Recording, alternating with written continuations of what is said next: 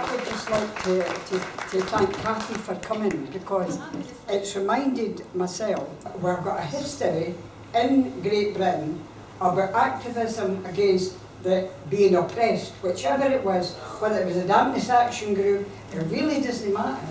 And we're no learning for history, because we've been round the hooses, and I took an even Cathy was saying, people like Cathy and I have been round the hooses in the 80s, and I was round the hooses in the 60s.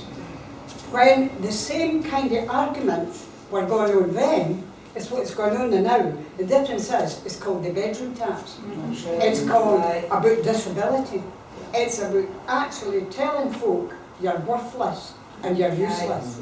But if you go to Craigmillar, Wester Hales, or anywhere that's a housing scheme, it goes back to what people were saying earlier on. Housing schemes were meant to keep folk out. So the people sitting up the high street and the candidate where I was born are actually calling themselves citizens of Edinburgh. I didn't feel proud about being a citizen of Edinburgh, because I'm a citizen of West Belgium. Because I've been round the hooses and round the hooses in a housing scheme a lot longer than I was, and my mother was in poverty in the Canning. So welcome Cathy, but I think we should be banding together as activists and not allowing young people to go through what we've went through for the next 20 years. I think what's important to recognise is that all these things are being done under the name of austerity. Austerity for who and for what? Austerity for us. So we've got to get organised. On the 22nd of November at Meadowbank Centre, Greater Leith Campaign and other campaigns against the cuts have set up a public meeting.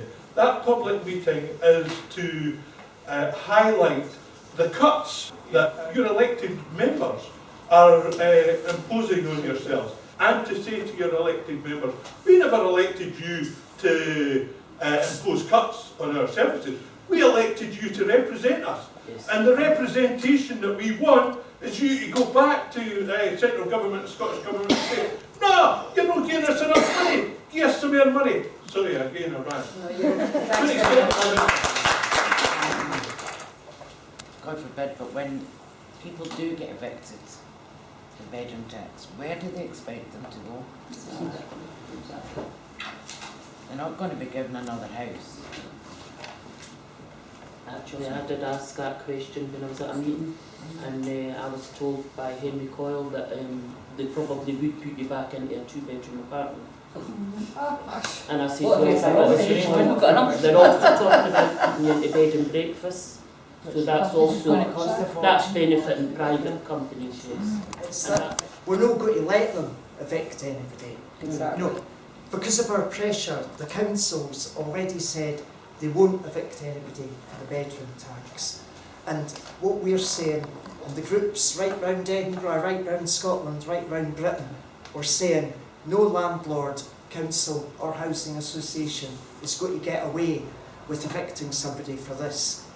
If anybody's threatened with eviction, we can put out a call and there'll be hundreds of people at the door to chase the sheriff officers away. But before it ever gets to that, there'll be hundreds of us at the council offices, at the housing association offices, to let them know they're not going to get away with this. So I know people get scary letters and people do get scared, but don't like be scared yourself. Get in touch with the local groups, with the anti-bedroom tax groups, with the North Edinburgh Fights Back, and there's a whole network of people going to come and support you.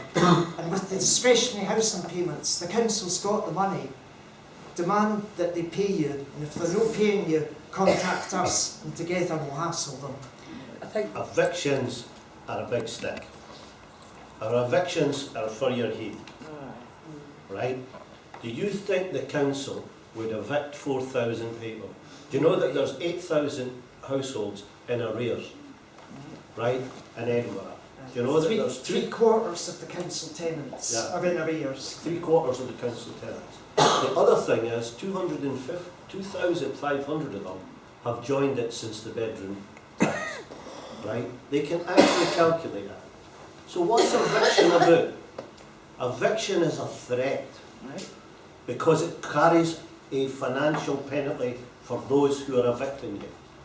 Because if you're £200 or £300 or £400 in arrears, and it costs £3,000 to evict you, Right. what is it about? It is the fear of, like if you're a worker, of getting sacked, right? It keeps you in line. And what they'll want is not mass evictions, but a number of evictions to be able to threaten. So if you're in a housing association, one eviction tells everybody in that housing association that this could be you. That's why the victory of the no eviction policy has created problems, right? Is because with that big stick, people are deciding that there isn't a big stick, right? So when we're talking about evictions, we're going to prevent evictions. We've persuaded the council to have a no eviction policy, one of the first ones in Scotland, but also we've asked them to ask all the housing associations not to evict.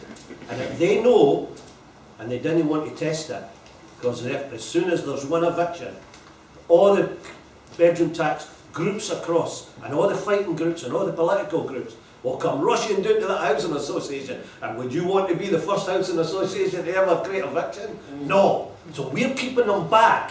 They want to come with evictions just for the threat, but we're keeping them back. Does anybody have any more questions, please? Right. That's what we're calling it, just like we christened the bedroom tax when they didn't want it. It's universal shambles, right? We understand that.